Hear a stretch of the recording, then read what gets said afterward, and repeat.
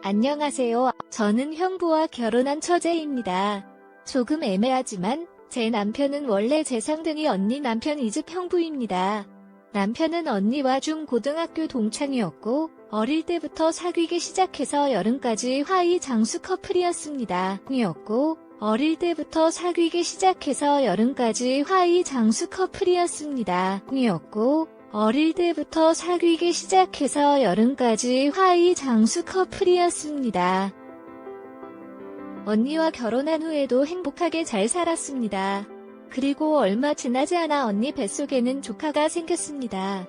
그렇게 그냥 평범하고 행복하게 결혼 생활을 이어가고 있었습니다. 그냥 평범하고 행복하게 결혼 생활을 이어가고 있었습니다. 그냥 평범하고 행복하게 결혼 생활을 이어가고 있었습니다.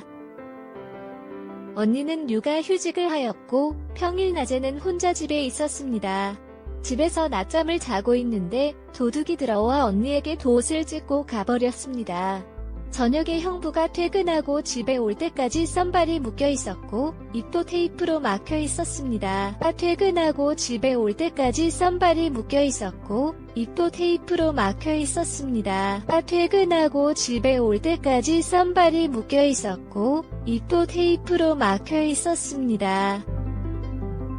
그리고 형부가 발견한 언니를 데리고 급히 병원에 갔지만 아기네 유산으로 언니의 건강 상태도 안 좋았습니다. 한두 달간의 병원 생활 후 퇴원을 하였지만 언니는 정신적인 충격과 우울증으로 힘들어하다가 그해 겨울에 스스로를 버리고 나갔습니다. 가족이 모두 힘들고 설파한 시기였지만 특히 형부의 표정이 아직도 잊혀지지 않습니다. 버리고 나갔습니다. 가족이 모두 힘들고 설파한 시기였지만 특히 형부의 표정이 아직도 잊혀지지 않습니다. 버리고 나갔습니다.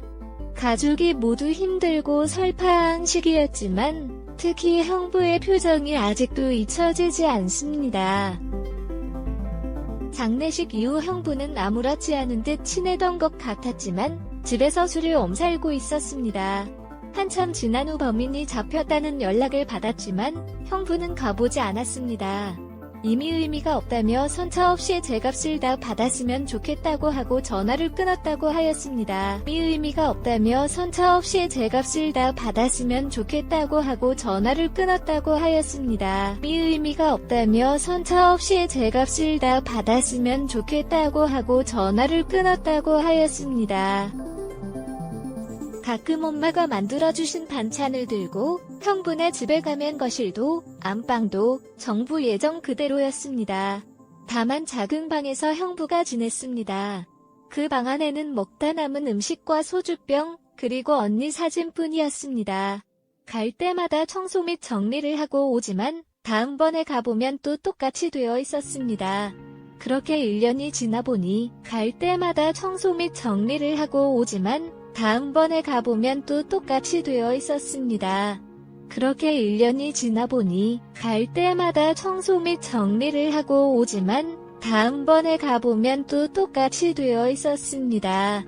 그렇게 1년이 지나보니 길에 형부가 오셨습니다. 언니는 형부를 보며 환하게 웃으며 반겼지만 형부는 많이 변했고 몸에서도 해졌습니다. 엄마는 형부를 보며 자네라도 잘 지내야지. 왜 이러고 있냐고 하셨습니다. 이후 그날부터 엄마가 반찬 심부름을 더 자주 보내게 되었습니다. 했냐고 하셨습니다. 이후 그날부터 엄마가 반찬 심부름을 더 자주 보내게 되었습니다. 했냐고 하셨습니다. 이후 그날부터 엄마가 반찬 심부름을 더 자주 보내게 되었습니다. 결국 대학원생인 저는 형부의 집에서 자취를 하게 되었고 형부는 다시 안방에서 지내게 되었습니다.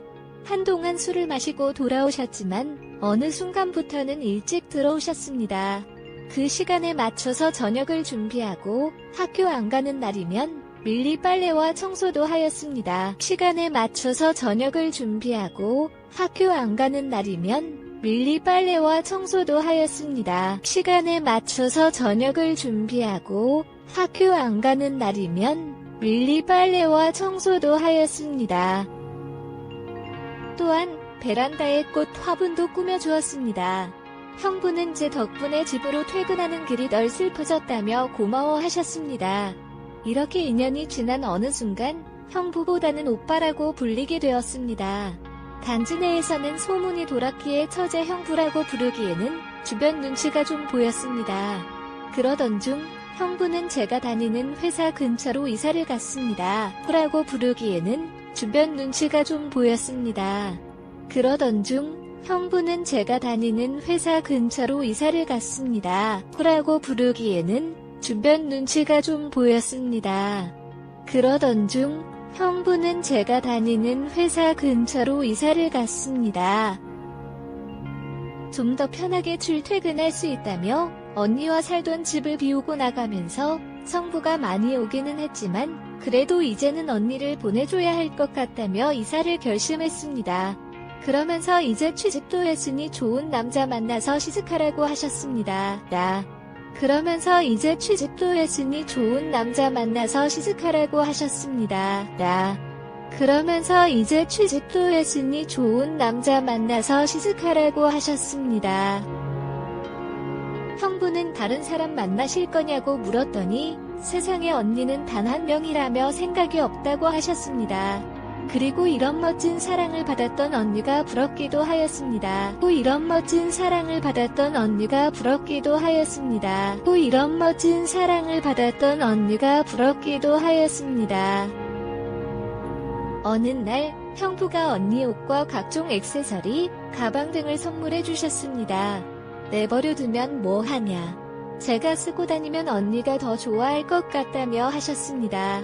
그리고 옷과 액세서리, 가방 등 모두 깨끗이 관리되어 있었습니다. 그리고 옷과 액세서리, 가방 등 모두 깨끗이 관리되어 있었습니다. 그리고 옷과 액세서리, 가방 등 모두 깨끗이 관리되어 있었습니다. 5시에 별로 없었기 때문에 언니는 옷을 입고 다니는 날이 많았습니다. 늦게까지 야근하고 집에 들어갔는데 안방에서 형부의 오는 소리를 들었습니다. 술도 오랜만에 많이 드신 것 같았습니다. 조용히 문을 열고 들어갔습니다. 저를 보더니 언니의 이름을 부르며 끌어안았습니다. 저도 형부를 안아주었습니다. 들어갔습니다. 저를 보더니 언니의 이름을 부르며 끌어안았습니다. 저도 형부를 안아주었습니다. 들어갔습니다. 저를 보더니 언니의 이름을 부르며 끌어안았습니다. 저도 형부를 안아주었습니다. 그리고 머리를 쓰다듬어 주었습니다. 그날 그렇게 안방에서 형부가 잠을 잘 때까지 같이 있었습니다. 그날 이후 형부에 대한 연민과 동정은 모르겠지만 평보에 대한 감정이 생기기 시작했습니다. 그리고 저희 부모님께 사실을 말씀드렸습니다. 처음에는 두 분 다 당장 그 집에서 나오라고 하셨지만 저희 부모님께 사실을 말씀드렸습니다. 처음에는 두 분 다 당장 그 집에서 나오라고 하셨지만 저희 부모님께 사실을 말씀드렸습니다. 처음에는 두 분 다 당장 그 집에서 나오라고 하셨지만 많은 대화와 설득 끝에 허락을 받았고 영구에 대한 제 마음을 표현하기 시작했습니다. 형부의 계속된 거절에도 저는 시간을 가지고 또 계속 마음의 문을 두드렸습니다.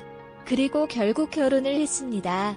지금도 언니 길이 다가올 때쯤이면 가끔 술을 많이 마실 때면 저를 보고 언니 이름을 불러도 그 마음을 너무 잘 알기에 여전히 받아주고 있습니다. 이면 가끔 술을 많이 마실 때면 저를 보고 언니 이름을 불러도 그 마음을 너무 잘 알기에 여전히 받아주고 있습니다. 이면 가끔 술을 많이 마실 때면 저를 보고 언니 이름을 불러도 그 마음을 너무 잘 알기에 여전히 받아주고 있습니다.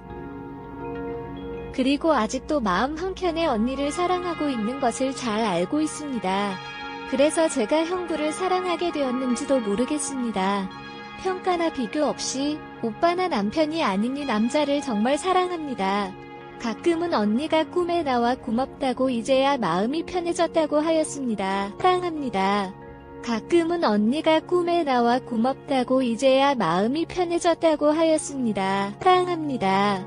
가끔은 언니가 꿈에 나와 고맙다고 이제야 마음이 편해졌다고 하였습니다. 기힘들 들어주셔서 감사합니다. 오전까지 와야 하는 것 같아요. 알린 사장 끝까지 응원해주세요. 알린 사장 끝까지 응원해주세요. 알린 사장 끝까지 응원해주세요.